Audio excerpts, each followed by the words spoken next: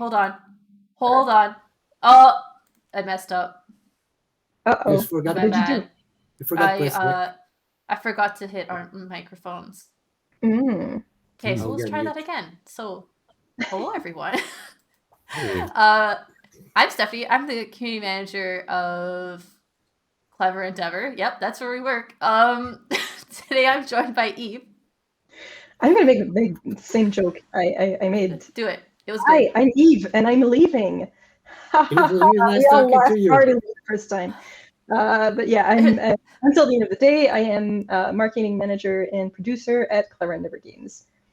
So I'm leaving. Leave the call. The whole camera setup goes wonky. That would be, we've been setting this up for half an hour. It's like, oh, thank you for having me, on my last day. Thank you for going through the trouble. Oh, you know what? No. There was a community manager who did that at some point. They went on a live stream on their last day, and then they told the chat to basically go not very nice words, expletive themselves, and then just quit the stream. Jesus. Anyways, I'm also joined by Fabio. Who are you, Fabio? I am human being. I draw, I make art. Clever Endeavor. Hello. Yeah, this is a Clever Endeavor stream, by the way. Last but not least, we have Alexi. Hello. I also do art mostly. Good. Okay, well, we'll get started. I have a list of chat. Oh boy, someone should have had their coffee before this. I have a list of questions that I have gathered from Discord and Twitter that we're going to go through. And it's in no particular order. So if you're here from the Discord, we're not doing it as a list. We might get to your questions. There's also a bunch of questions that I have put off until the co-founders are here because there are questions that I don't think anyone here can answer. And you can still answer. You can still ask questions in chat. There we go. We're off to a really good start. So first question, I thought it was a nice one to get us started. So how has everything been? Quarantine's been hard for a lot of people, so I hope you guys are good. So Snow first. Snow first. Snow has been really enjoying this because I am home 24/7, and for her, it's the life. She especially likes that thing that I do where I sit in front of my computer and start talking. Because then she knows that my hands are not on the keyboard and she can be doing this. As for myself, it is it has not been good. The whole pandemic thing, it's awful, and I have been struggling. And I think it's important to normalize saying that these are very difficult times, and yeah. How about Alfredo? How's Alfredo? He's also doing very good. I think it's I've heard so many stories about cats being super codependent. I know that at this point, even when I make any motion towards the door, he just starts screaming uncontrollably. Baby. So yeah, but no, yeah, it's the same as you. I think it is. Yeah, it's pretty bad. But hey, I got vaccinated last week, or was it Monday? So that's good. Things are moving along. We're all getting vaccinated soon here in Quebec. So yeah, and wish I could say the same. Yeah, wish you could say the same. Sorry about that. Good old Ontario. How's it been for you, Fabio? It's okay. It's if you compare to other situations, it could be worse. It could be worse. Daniel keeps me occupied 24/7. I have no time to. I have not much time to. It's, not counting when I got COVID. Oh yeah. The period when I was with COVID. Yeah. I don't have much time to think about that. I have to take care of him all the time. I don't even know anymore. How old is Daniel? He is completing 1 year and a half next week. Jeebus. Yes, 1 year. Time flies. Time flies. Yeah. Yes. Hey, I got a dancing horse over me in the stream. I know. I was just gonna say oh man, I forgot to move because that spot was open last week. So thank you for everyone for the follows we got. Hey, Star. Steffi, how are you, Yes. Steffi? How am I? So here's the thing. I'm a massive hermit. So for the first like 8 months, I was totally fine. I was like, excellent. I have an excuse to not see people. I can just sit at home, play video games, and watch anime, and not feel bad about it. So that was kind of nice. And then I hit the point where I was like, you know what? I would do anything to go to Starbucks and just hang out, or like go see friends at cafes, or play like board games with people. But I mean, like you said, all things considering, I am thankful that I personally don't know anyone that's been horrendously affected by COVID itself. My family has all been good and safe, so thankful for the small blessings and very ready to go back to actually seeing people, which is something that feels weird. Yeah. Yeah, that's it. How did we all get into the game making industry in general?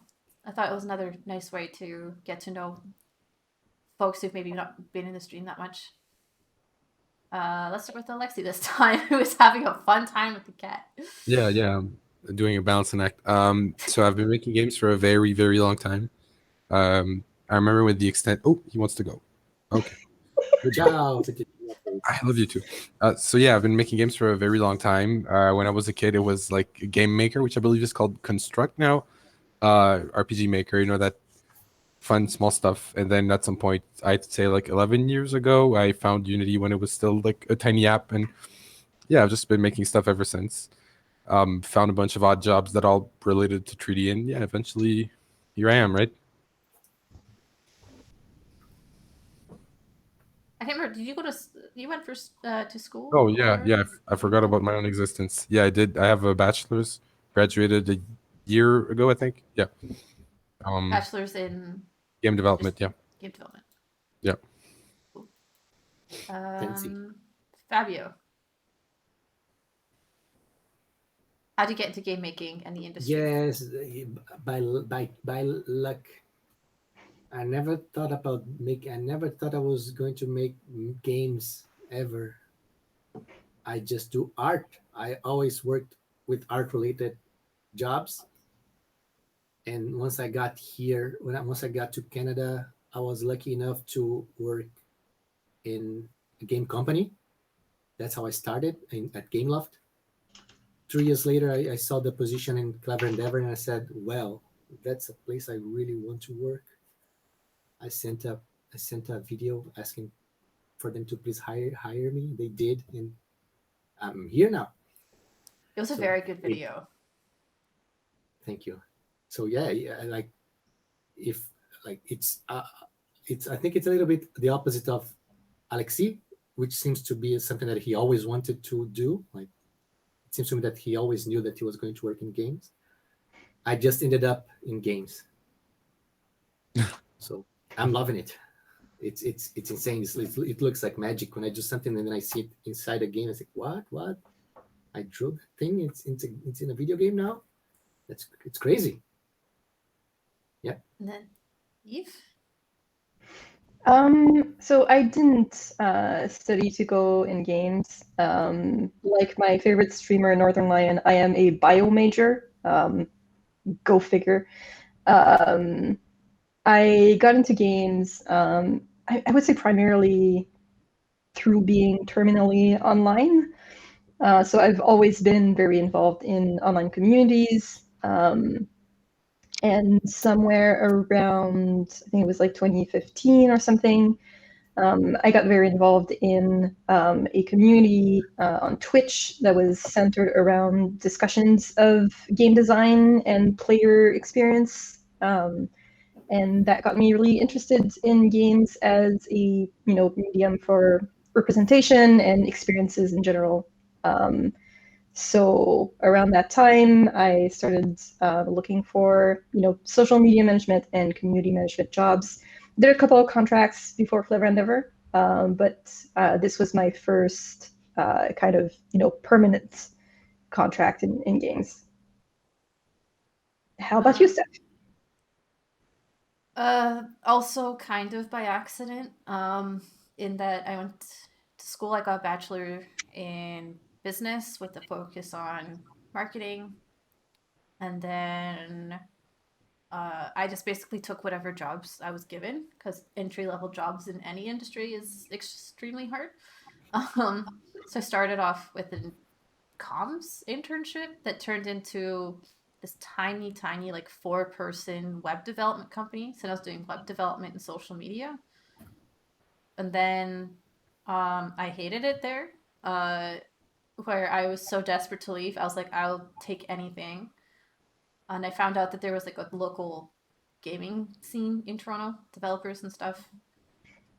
And I just kind of heard word of Evolve PR, which was my previous workplace, and they just happened to be hiring, and they hired someone, and they left almost immediately. So I wasn't even their first choice. I was their second choice. Hey, same. So when I first applied to ClevEndeav, I did not get a job. Kate did. So some people in chat might remember Kate. But then Kate left a few months later, and ClevEndeav just called me back. Basically the same, yeah. Like 2-3 months later, I got a call being like, "Hey, can we do another interview?" And I was like, "I guess." And then yeah, I worked at Evolve for 2.5 years or so, and then I came to ClevEndeav. So it's kind of like I wanted to work in games, but I didn't think I was at a point in my career where I thought I could be in games. So, yeah. Damu, Kate left to work as a narrative designer at Co-op Games. She worked on the upcoming game by Co-op, which is Goodbye Volcano High, which is going to be a PlayStation exclusive, I think. And yeah, she has now left Co-op, and she's back doing games journalism. So writing about Nintendo games mostly. I don't know if that's a good game or not, but that's a nice title. Goodbye Volcano High. High. It looks beautiful. Gorgeous. Yeah. The animation in it is next level. Yeah, it's absolutely beautiful. That was everyone, right? I'm not forgetting someone. That was everyone. No. That was all of us. So I don't. Maybe me and Alexi can't really talk to this one that much because we're a little bit newer. But what do you peeps think have been the best UCH update so far, and why is it the level editor one from Marfy? Why is the editor level one? Yeah, what's your favorite update for Ultimate Chicken Horse? I know that for what it's worth, the only, like, when I see people play UCH, they only play custom levels. So I assume that was a good decision in hindsight. What's your best update, Jen? Your favorite update? I mean, I have to kind of agree that the one that was the biggest for the game was that update with the level maker, because that has been the level maker. No, that was was it before Elephantastic? Before Elephantastic? Elephantastic. Yeah, or it might have been. Elephantastic was the first update, I guess. So I guess that the level maker would have been Elephantastic. But yeah, I think just objectively for how much it has contributed to the how long lasting the game is, that's definitely the highest value update. Personally, I think I have a soft spot for the Transformer Double update with all of the modifiers because it was super wacky. It was a lot of work to test and iron out the bugs, but it was also very rewarding to make it work, and people were super enthusiastic about it. So I do think highly of Transformable also. I like Transformable just because it was nice to draw all those skins for the characters. Mm-hmm. I love to do that. Damu, to name the updates, so So I wasn't there from the start. So I know that there were maybe 1 or 2 nameless updates, because at first the game came out and the online was in beta, so there was like a major update to make that not be in beta anymore. But the ones that have names are Elephantastic, which came out with the elephant, volcano, iceberg, I think. No, iceberg was already there. Iceberg was already there, right? Because elephant is unlocked on iceberg. So it was volcano and jungle temple. Jungle temple, yes, thank you. And after that was Chimply Amazing, with monkey, with and computer. Hmm? And the monkey. Yes, and the computer. mainframe. Yeah, mainframe and the nuclear plant. Yeah. And the punching glove, the slow watch. Shortly after was transformable with all of the modifiers, the reskins for the animals, and the jetpacks. And after that was Acrobatic with the snake and ballroom and space, and the cannon beehive, one-way door, and another block, which I don't remember. I think you listed all of them. No, there were 4 blocks. The fire thing. Yes. Absolutely. I'm very impressed that you can remember that. That is some spectacular recall memory. Yeah. Thank Was you. Rabbit a character from the start? Yes. Yes. No, what? Bunny. Rabbit. Rabbit? There's No, no Robot Bunny. Robot Bunny. Yeah. Bunny, yes. Yeah, because I know, so I think Bunny was transformable. announced. No, just a regular Bunny. Oh, the robot. Yeah. I think that was announced after the Kickstarter, but it must have been in the game when it originally came out on Steam. This one's a pretty quick one, I think. In future Ultimate Chicken Horse updates, are we more likely to see entire new features added? Or are we more likely to see changes and additions to existing features? From what I understand, we only really know what's happening in this update. We know we want future updates to the game.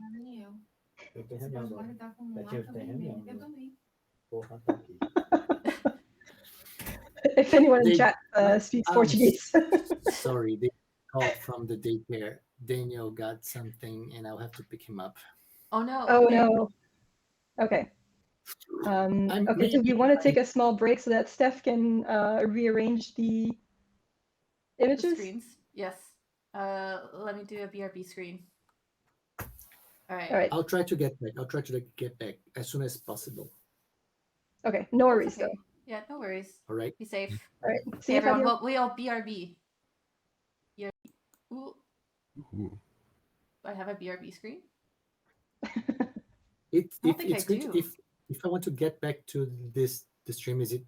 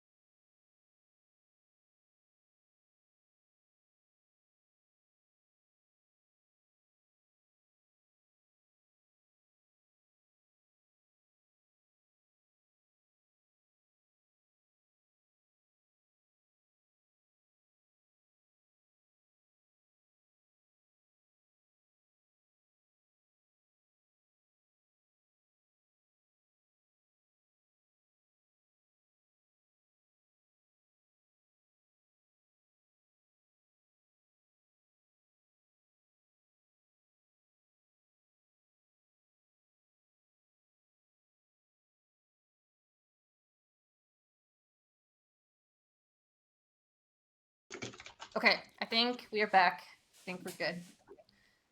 All right. So yes, unfortunately, Fabio had to go. The fun, it's not really benefit of being parents. The fun Quirk? Yeah. Being a parent is fun and demanding, and I have mighty respect. Okay, where were we? Okay. The update, yes, the types of updates. I'm not sure if Eve wants to kind of expand on that, but really, we are currently just looking at what's in front of us right now. Yeah, I mean, so for updates to Ultimate Chicken Horse, it's very unlikely that, you know, major game-changing things will be introduced at this point. Right now, there isn't exactly a roadmap for how long and how much ClevEndeav wants to keep adding to Ultimate Chicken Horse.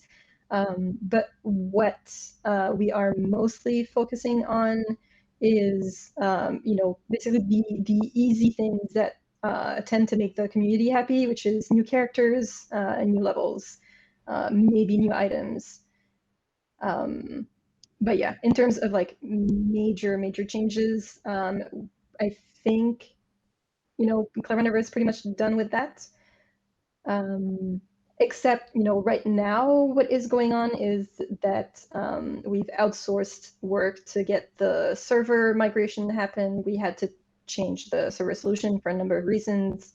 So that's ongoing. That is kind of a massive undertaking, but it's probably not going to look like much to players, unfortunately. But yeah, that was like the last, you know, very major chunk of programming work to be done on Ultimate Chicken Horse.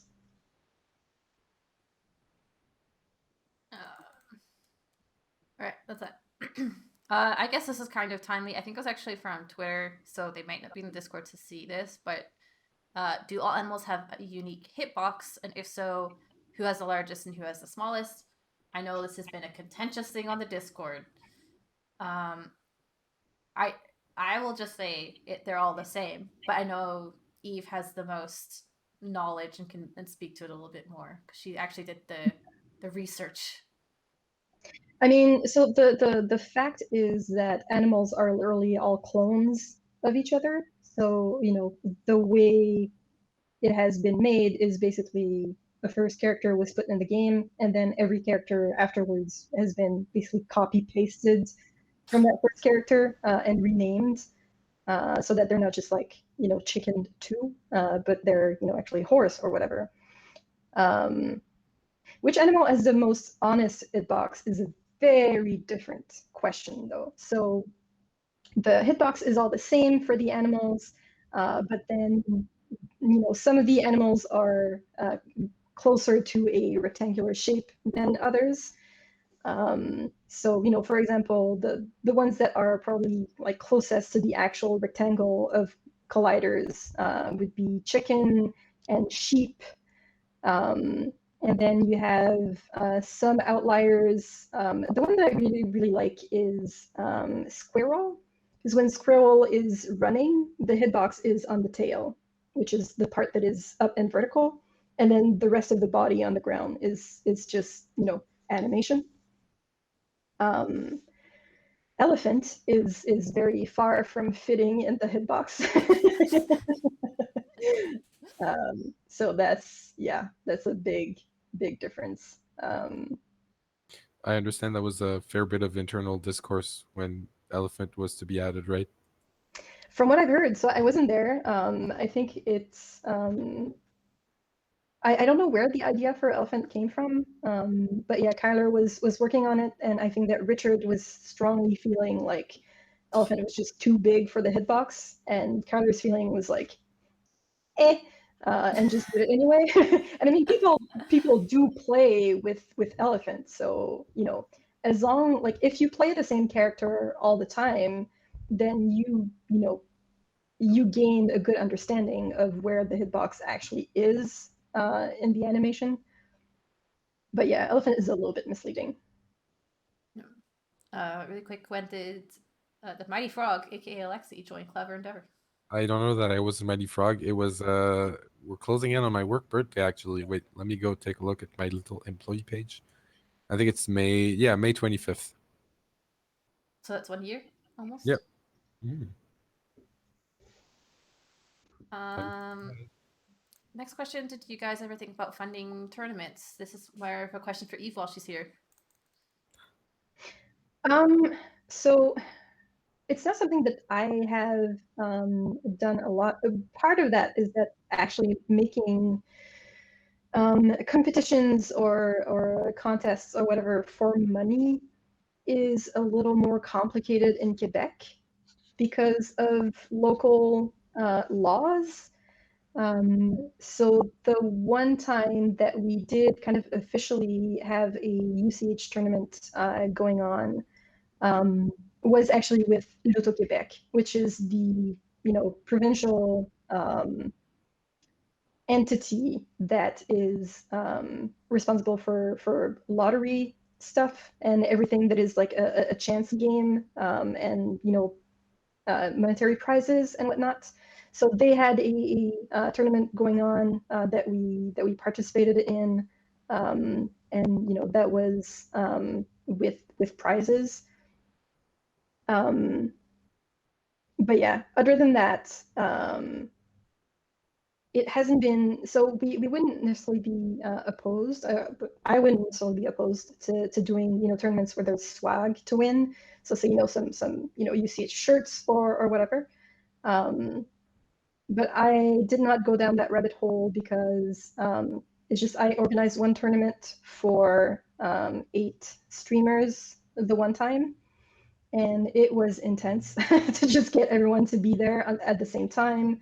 And a lot of the tournaments that I've seen on the Discord take over a day to happen, and I'm just not down for that. So yeah, it's not a hard rule. It's something, given the correct opportunity, I think that we would consider. But I kind of didn't want to touch that.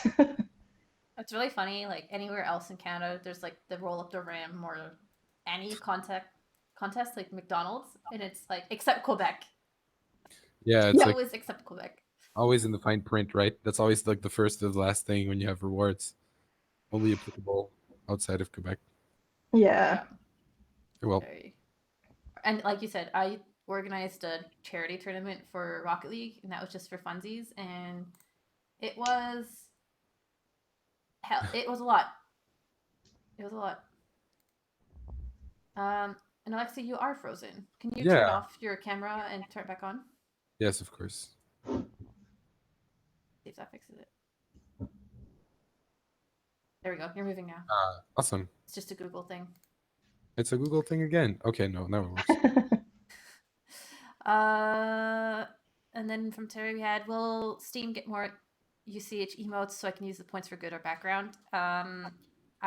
I said I was going to look into this, and it's still on my docket. It's on my task list to look into. If it was to happen, it would happen probably for the update.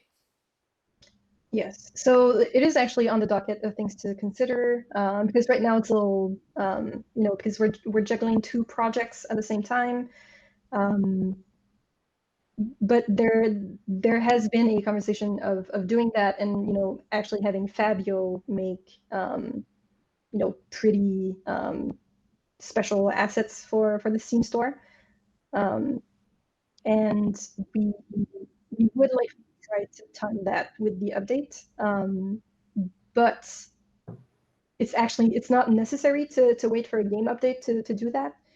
So if it doesn't happen with the update, it's still almost certainly going to happen at some point. It's really just a question of when Fabio is going to have time to do it. And then, will you ever make any big collaborations? For example, giving UCH for free for the PlayStation Plus and to increase popularity of the game? I would say we're never going to say never, but it's not currently on our priority list. Yeah, I can say like it's something that has been talked about in the past. I think especially where we have a good relationship with the people at Xbox, the indie people at Xbox. They're very nice people, very easy to get in touch with. So we know that if we're interested, we would be able to get in touch with someone about it. PlayStation, a little bit more difficult. The one time that we were curious about it and we asked, the feeling that we got from it was like, if PlayStation thinks that you're cool enough, then they're going to reach out to you to do that. But otherwise, don't get your hopes up. So yeah, that's what I'll say about that. Also, just not that we just strictly make like decisions based off of marketing or business, but there is significantly less incentive for us to do that because once you have the game, you have the game. It's not like we have anything else additional to sell. Like there's no skins, there's no DLC, there's nothing like that. So then we just lose like a huge chunk of income. Yeah. So again, not that that's the only thing that we think about with these decisions, but currently that's not, I think, where our priority is at. Mm-hmm.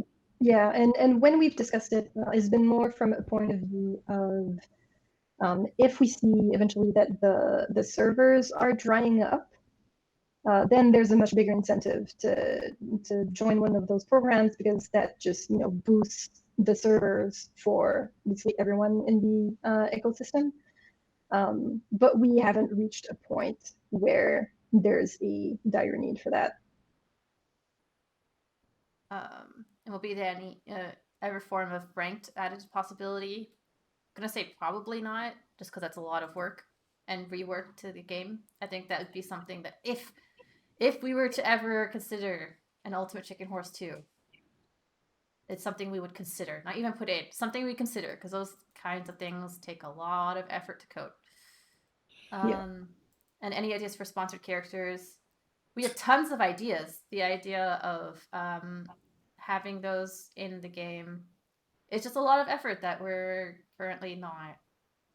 And also, like, there's a branding, marketing thing where does it benefit both parties? It's like, what benefit do they have being in Ultimate Chicken Horse versus like what we have to offer them? Anyways, there's the whole thing. But I always thought that outwardly branded characters were a little weird. Like imagine the game with no difference, but then like it's like presenting, Colonel Sanders or whatever. That's funny. That's exactly the one I had in mind. It might be the chicken thing. Yeah, probably. I understand it, like why it happened, especially like locally, like local indies or your friends, and you're like, I'm gonna put your thing in my game, and you put my thing in your game, and I understand what happens, but yeah, not a priority. Oh, sorry, and then the next one, what has the company done in terms of icebreakers and team bonding activities? Any memories? I think this is especially relevant because one, with Eve leaving, she probably has some memories she'd like to part with us. Two, we just finished an activity, so yeah. So in the before times, we used to in terms of team bonding, like every day, everyone always took lunch at the same time, and we would eat lunch often in the summer. We would grab lunch, go eat at the park somewhere. That was always very nice. In terms of events, there was a yearly kind of not just Clever Endeavor, but a bunch of studios in Montreal would do a picnic. So that was very cool. For the company itself, things that we have done, a couple of fancy meals at restaurants for events. We have gone mini golfing, like inside mini golfing somewhere in Montreal, with like black lights and stuff. Oh yeah, that's Putting Edge. Yes. Yeah. We went curling once, which was interesting. I had never gone curling. it's deceptively hard. Yeah, it was terrible for my knee, actually. I have a bad knee, and exactly the movement that I shouldn't be doing with my knee, so I mostly took pictures, but it was nice anyway. And we did, in summer 2019, I guess, we went to a glass work place where we made glass beads. Actually, I have my glass beads right here. Those are the beads that I made. Those are my beads. Oh my god, she's so cute. Okay. Yeah, so I made all of these beads. And everyone made a bunch of stuff. So that was super cool. But yeah, in the current times, we as Steph said that we just did, we play games every Friday. We take like an hour to just all play games together. Am I missing anything? I know you both have only been there remotely, which is weird. I've seen physical people at Clever Endeavor like 3 times, I think. Yeah. Which is 3 times more than I've seen. Yeah. Yeah, so yeah, last summer we did meet for lunch and chats at parks because it was the only way that we could see each other in person. Yeah, every Friday we play a game together, and we have a rotation group of games that we pick from, like Golf It. We've played GeoGuessr quite a bit. We just played Drawful today. What else have we done?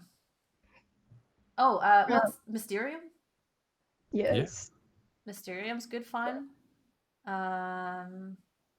We've done some Scribbler, got some code names, Gartic code names. Yeah. Golf with your friends, which we used to do more.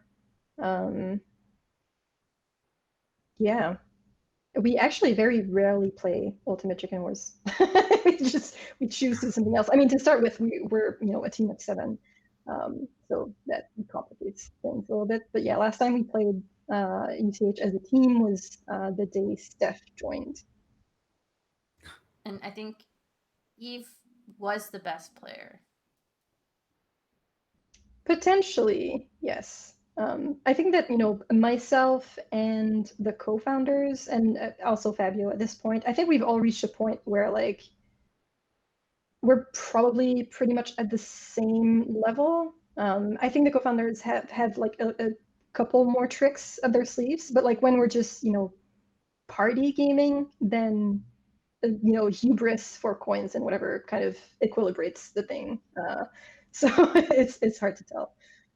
I was pretty happy the last time we were doing testing. I managed to win a bunch. So I was pretty happy about that. I've been training. Yeah. You're really putting in the time. Other question. Is Ultimate Chicken Horse our only project, and are there more games? Currently, it is our only released game. Right? As a studio. Yes.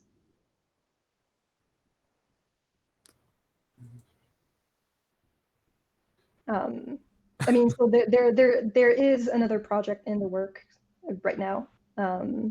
So the plan is not to have Clever Endeavor only be Ultimate Chicken Horse forever.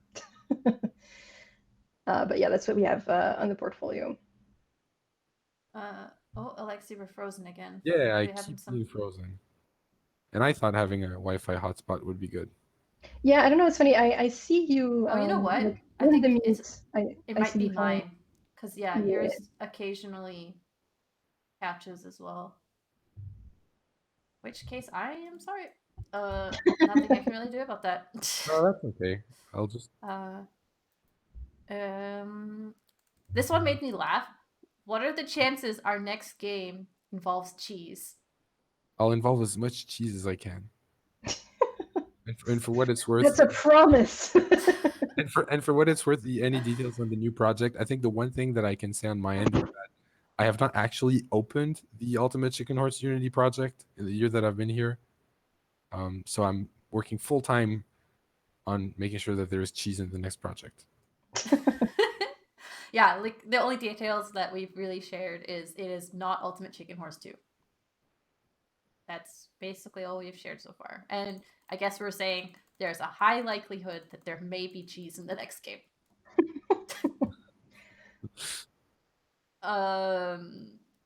If you peeps were to choose a game genre to make a game, so this is outside of Clever Endeavor. If you were to make a game just for yourself, what genre of game would it be and why? And it may or may not be the same genre as our current game. We just won't confirm anything. Knowing myself, I would almost certainly make something, a short game, maybe like Twine kind of game, but it would probably be, very emotionally invested and a little depressing. I'm fairly sure that's the kind of game I would be making. You stole my game.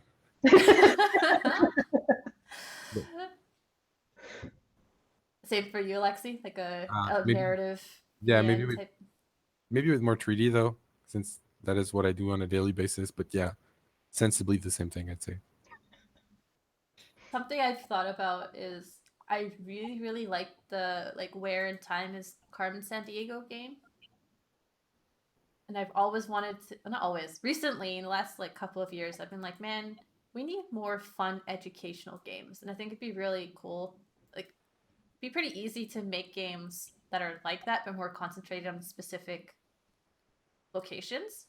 So for example, I'm Scottish heritage, and I know bits of Scottish heritage, but I think it'd be really fun to really dive into it and present that. And then you could do different chapters, right? One chapter could be Scotland, and then the sequel could be in Canada, and then the next sequel could be somewhere else, and you could do regional. What I'm saying is I'm a massive nerd. Is it not terrible Mario is missing? What? You're not familiar with Where in the World is Carmen Sandiego? I'm sorry. Oh no, you're probably just younger. Yeah. Gosh, that was I played that a lot as a kid. I don't know if there were multiples of them, because you said Where in Time, and for me it was definitely Where in the World. World was the other one. Okay. I see. Yeah. So the first one released in 85. Yeah, the first one released in 85, the last one in 93, and I was born in 96. So yeah. Oh, okay. I mean, I was born. I was way too young when it came out, but I played it afterwards, growing up. But yeah, it was a cool kind of edutainment game where Carmen Sandiego is a thief, and she steals really high value items, like the Mona Lisa or whatever. And then you get clues, you go somewhere on the globe and you get clues as to if Carmen has been there and where she was headed based on famous landmarks and whatever. that sounds bomb. I think I'll get it and play that. It was such a good game. I don't know which one I played actually, because none of these look like the game I remember playing. And I'm not sure if that's just a weird memory thing. You're right, Penguin. So Carmen would steal stuff like this Statue of Liberty. She would just steal anything. She was a mastermind. I just very vividly remember going back to ancient China, and then learning that fireworks were from there. And it was very much a point and click adventure, because that was the heyday of point and click adventures. Yes. But yeah, if I could make a game, it'd be some kind of educational point and click adventure game. Yeah, actually, speaking of which, it kind of makes me think I would probably not hate working on a Nancy Drew game, which is a cool kind of old-fashioned point and click adventure / very puzzly kind of game. You're a detective, you're sleuthing around, and they're great games. They're always cool, and they tend to they're in a certain location, and they go a bit about that local culture and whatever. Sometimes some of them is just you're on a random island in a haunted manor or whatever. But are you telling me that if I enjoyed Disco Elysium, I should play the Nancy Drew games? Different, but I would generally recommend Nancy Drew games, honestly. I'm sure they're very good. Yeah, my mom was a huge Nancy Drew fan. Yeah, they were originally novels, right? Yes. There are a bunch of Nancy Drew novels. Yeah. Another quick one. So this is from Mollet. Have you ever played the Cube game, aka Minecraft?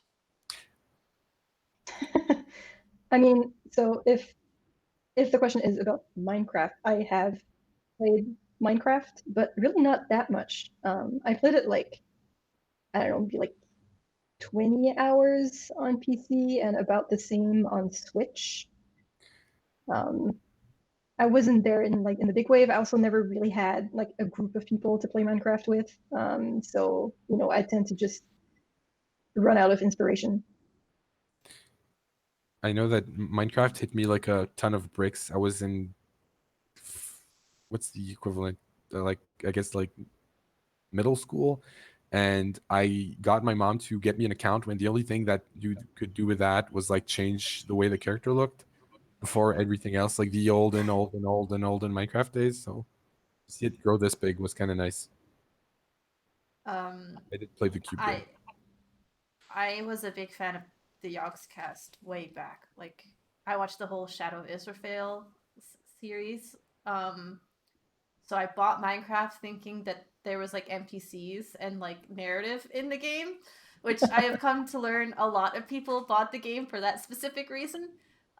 Was very quickly disappointed that it was just like, wait, none of this is in the game. But I continuously, like every 6 to 8 months or so, um, I just have an itch to play it again, and it's usually not even like vanilla Minecraft. It's some weird mod pack. I'm like, you know what? I really want to play Agrarian Skies, and I just blast through that for like 2 weeks. And I have a weekly or bi-weekly server I play with a friend. So I probably have played too much Minecraft, but I've never beaten the Ender Dragon. I'm absolutely certain that I have played way more Terraria than I've played Minecraft.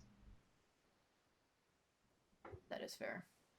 Apparently, there's discourse on Twitter about how Minecraft is too old for the kids. It's basically boomer fare. Yeah. That sounds about right. I can kind of see it. I think it's like if you follow the like pretty accepted theory that like the way like a lot of people play certain games because there's like social currents that pressure you to like exercise your brain at something. I can imagine the like wave of like kids growing up being told that like you have to do a bunch of creative stuff and do STEMmy stuff and construct things, and they kind of glue onto that. I don't know, that's kind of bogus as far as an explanation is concerned. Mm-hmm. But yeah, like obviously I can't talk to what the youths are doing, but there's still like Minecraft education and stuff. I know Microsoft is pretty hard into that. And I think it's a really cool and easy way for kids to learn like basic programming, and because there's like command blocks and stuff, and learn, and it's an entire game built on doing whatever you want with it. And I think kids these days are more into like Roblox and stuff right now, because that's still huge. Yeah, Roblox is gigantic. I'm so happy that I played Roblox when I was like 9, and people still play Roblox to this day. Roblox is fucking good. I language. I hadn't heard I hadn't heard of Roblox until like 2 years ago or something. My jam when I was 9 was Neopets, but shortly thereafter was old school RuneScape. That was my jam. That was what was very cool when I was a kid. Did you get to level 99 woodcutting? I don't remember that I did. Was that even possible when you were on the free account? I don't know. Oh yeah, you had like that tiny zone. Yeah. Yeah. Yeah, when we grew up, yeah, it was like Neopets, RuneScape. I think middle school was more into like MapleStory and like CS:GO. Yeah, a bunch of people were into MapleStory. I remember that. God, it's just like the youth now playing Roblox and Fortnite, and it's like I am very much a product of my age. But not that those games are bad. I just like I don't, I'm not an age where I'm interested in playing them. I like the idea that Minecraft is already kind of passé, because like I was slightly old for like the big Minecraft rush. Minecraft could not possibly have been my childhood. I was too old for that to be in my childhood. But then apparently it's already its time has already passed. And I mean, it's still one of the biggest games in the world, so take everything with a grain of salt. But yeah. Yeah. Roblox is fantastic. Like you should sit down and understand Roblox. It's literally Legos, but you can do whatever you want with them. Hey, Lexi, I have to show me the world of Roblox someday. Oh, I will. We can play on a Friday. You know, you mentioned Legos, and all I can imagine is that like Lego PC game that probably came in like a cereal box where you like deliver pizzas. Lego Island 2, Yes! The Breaker's Revenge. You know, I have a speed run of that on YouTube somewhere. Nice. That is amazing. Someone posted that like a screenshot of that game on Twitter recently, and it unlocked so many memories of that game. Like, oh my god. Yeah. Remember when games used to come in cereal boxes? Yes, I still have a Clue and maybe a Monopoly from a cereal box. I think at my mom's house I have a legendary copy of Roller Coaster Tycoon 2. Like the disc is probably worn down from so much use. Yeah. Yeah. Oh my gosh, yeah. I was just gonna say Roller Coaster Tycoon 2. Yeah, for TF2, yeah. So Alex plays it a lot or has played it a lot. I never played it because I've never ever been a shooter game kind of person. But I did watch a lot of TF2 with my partner at the time was playing. He was pretty good at it, and it's a fun game to watch. And I have missed it, and I see a lot of games like the similar games nowadays. I guess the big one is Overwatch. And I can't understand anything that is going on in Overwatch. There's just so much stuff going, like so many visual effects of everything. I can't keep up. I agree with you. I think like I was never that much of a shooter, like a competitive shooter person too, but I did really get into TF2 quite a lot. But then people started like dropping that and playing Overwatch. I was like, okay, this is not it. I'm not going to play that. Yeah, my competitive shooter was Halo, and then I played a little bit of CS:GO in middle school, but never went like super hardcore in it. And then, I don't know, online gaming as a girl is incredibly toxic, especially like, I don't know, how long was that ago? 15 years ago? Yeah, and I was like, okay, I'm good. Never again. If things are freaking terrible today, they were even terribler 15 years ago. Yeah. Yep. What is our team's favorite platformers? 2D, 3D platformer. It is tattooed on my skin. I love the PC version of Harry Potter and the Chamber of Secrets. That incredible. If you write, you Harry actually Potter, have a tattoo? No, I don't have a tattoo. Okay, damn. I was like, Alexi, show it. I swear to God, like I genuinely I think that's one of the first 3D platforming games that I actually played, and to this day, I still think that it is freaking fantastic. I literally emailed like a bunch of like the developers and the level designers at some point to say, "Wow, that was fantastic!" and give me tips. Like it is. I cannot you have to play that game. It's so nice. It looks good too, even 20 years after the fact. So, I'm sure I've played a bunch of 3D platformers, but I'm sure I haven't liked that many of them. I played a lot of Donkey Kong 64. I played a lot of Mario Sunshine. Those are like the ones that I have actually played a bunch. I played Portal. But by far my favorite platformer game is Fez. Fez is just, I love playing that game. I love everything about that game, just the aesthetics and the soundtrack and the everything. Came out on Switch recently. Highly recommend it. I was gonna say, I need to pick it up on Switch. And it's a local Quebec production too, so. It is, which I constantly forget, actually. Good to know. 3D, I am heavily blinded by nostalgia. Banjo-Kazooie.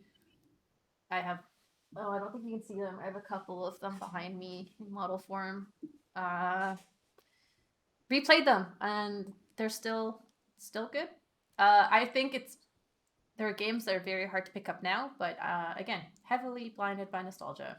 I know that as What far as else? 2D platformers are concerned, like I completely like ate and swallowed every Shovel Knight game, and then I realized that they Oh were yeah, really popular, but they're good, so I can kind of see why they're so popular. That's not a yeah. bad thing. I liked Shovel Knight. I haven't played like all of the characters, but I played like as Shovel Knight. I played the whole thing on 3DS. I think it's a good portable game. 2D platformers. None. I don't know why. I love 3D platformers, and I know they're all terribly flawed, and I always get really frustrated with them when I play them. But when I look in hindsight, I'm like, yeah, that was the best game ever. And I don't know why I missed that with 2D platformers. I've tried so many, like Ori and the Blind Forest and all these other. And I don't know what it is. They just don't have the same nostalgia rose tinted glasses, I guess. I replayed the Jack series lately. God awful games, but I love them. Still in my top two. I think something spectacular about Jack is that you remember on like 2003, 4, 5 when every game became super edgy and like dark and moody. Like you can see the switch between Jack 1 and Jack 2, where Jack 1 is just like all green. It kind of looks like a like Spyro mixed with Ratchet and Clank. And then the second one, you're like in the dark city. It looks like a GTA clone, GTA. but with weird furry animals. Yeah, it was the switch. I It was actually, good. which one was it? I lost touch with just the Zelda franchise for a while, a long time ago, before coming back to it eventually. I think it was it Twilight Princess or the one after that? I think it was Twilight Princess. The first time I saw it, I was like, oh wow, that's ugly. It's that era of games where like yeah, everything was edgy, everything was brown They all had and tattoos. muddy. It's Oh, just sorry. In chat, they're saying how about Killy platformer. So V that's V V V V V V V V V. Gosh, I love that game. I've played it so many times. Yeah. Also, I haven't played it, but I know it's a I like how Canadian game, right? That was by Terry Kavanagh, so I don't think that Terry is Canadian. Oh no, Could be it is wrong. for some reason.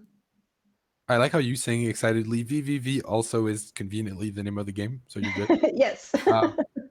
I know that I take great pride in having play. I remember playing Super Meat Boy and N when they were like tiny little flash games, and then now they're like big games that have like a million re-releases. So I feel very old now. I haven't played any of them because they're extremely frustrating, and I have very low tolerance for being frustrated.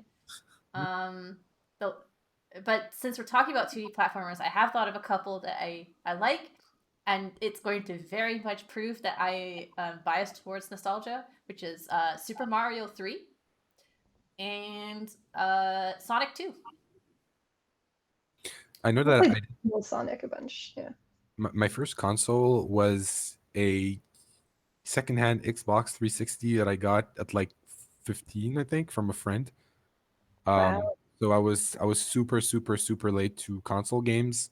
So controller games were pretty rare on PC. I remember I was at a friend's house and I wanted to play a Battle for Bikini Bottom on PS2 and it was super nice. And then I was like, "Wow, mom, this game is so nice." And then a few days later, she's like, "Oh, I got you the game."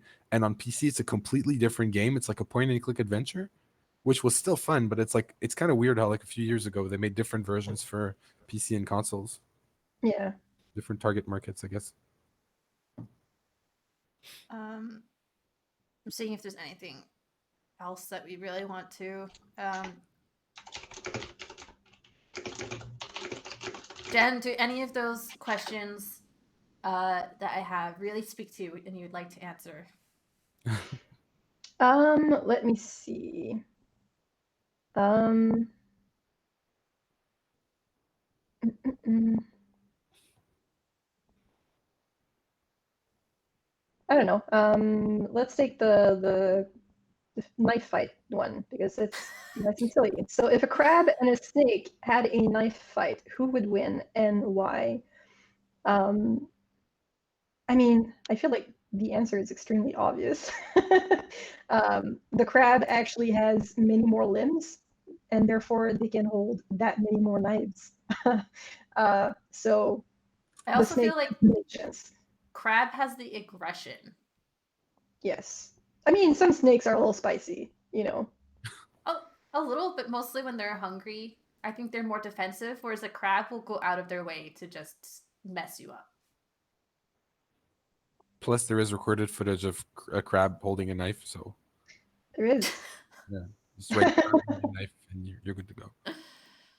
Yeah, and it's also because it reminds me of our friends at Aggro Crab Games, which made the game Going Under.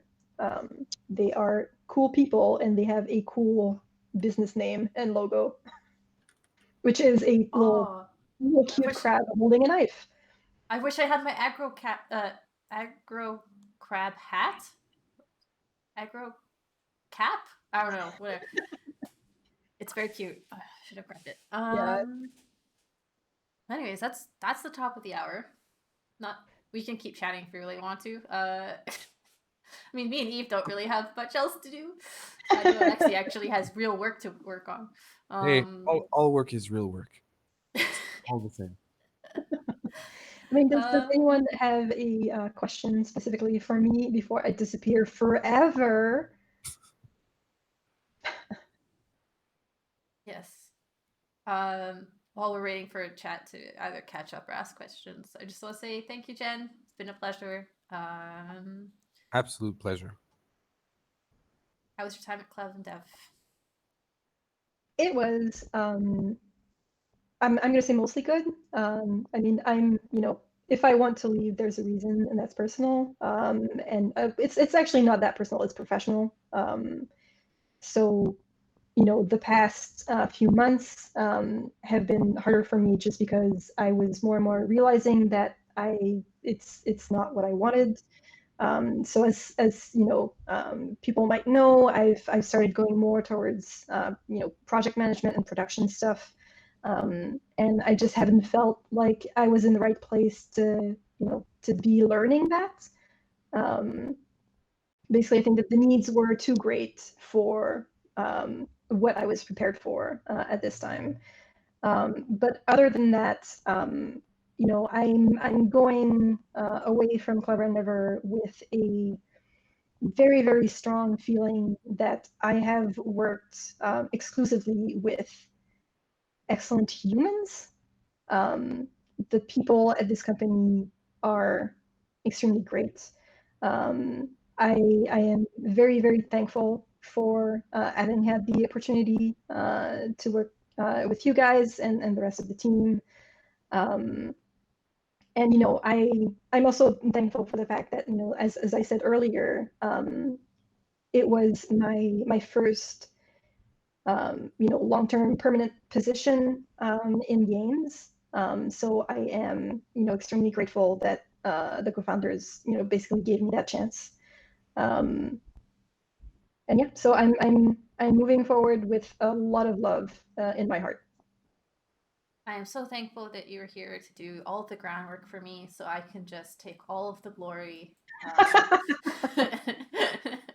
No, I'm very thankful for all the stuff that's set up, and obviously we didn't get to work together for a long time, but it was very nice to have someone to walk me through the whole process. Very nice. And hopefully we'll see you around Montreal sometime in the future when seeing people IRL is a thing again. Yeah, and when you are actually in Montreal. There's also that. Yep. All Yeah. right. Well, that's it. Are we done? And you do a good... All right, I just have to be careful because I have a cat on me, so I'm gonna try to dab without getting attacked. Okay, we're done. That's it, folks. All right. Thanks, everyone. Bye. It has been great. Bye. bye. Thanks.